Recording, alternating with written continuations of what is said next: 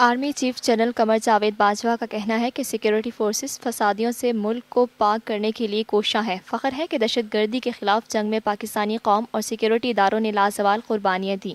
ISPR के मुताबिक army chief general Qamar Javed Bajwa ने मोहम्मद और औरंगज़ई एजेंसी में पाक अफगान सरहद का दौरा किया। आर्मी चीफ का इस्तकबाल core commander Peshawar lieutenant general Nazir Ahmed Bhatt ने किया। इस मौके पर उन्हें सरहदी सिक्योरिटी इंतजाम पर ब्रीफिंग दी गई और पाकिस्तानी पोस्टों पर हालिया दहशतगर्द हमलों की तफसीलात से भी आगाह किया गया। आर्मी चीफ ने सोरान और कलाइया में फौजी दस्तों से भी मुलाकात की और जवानों के जज्बों की तारीफ की। उन्होंने तालिबान कमांडर दुरान समेत 5 दहशतगर्दों की हलाकत और हमलों का बरवक्त मौसर जवाब देने पर जवानों के हौसले और अज़्म को सराहा।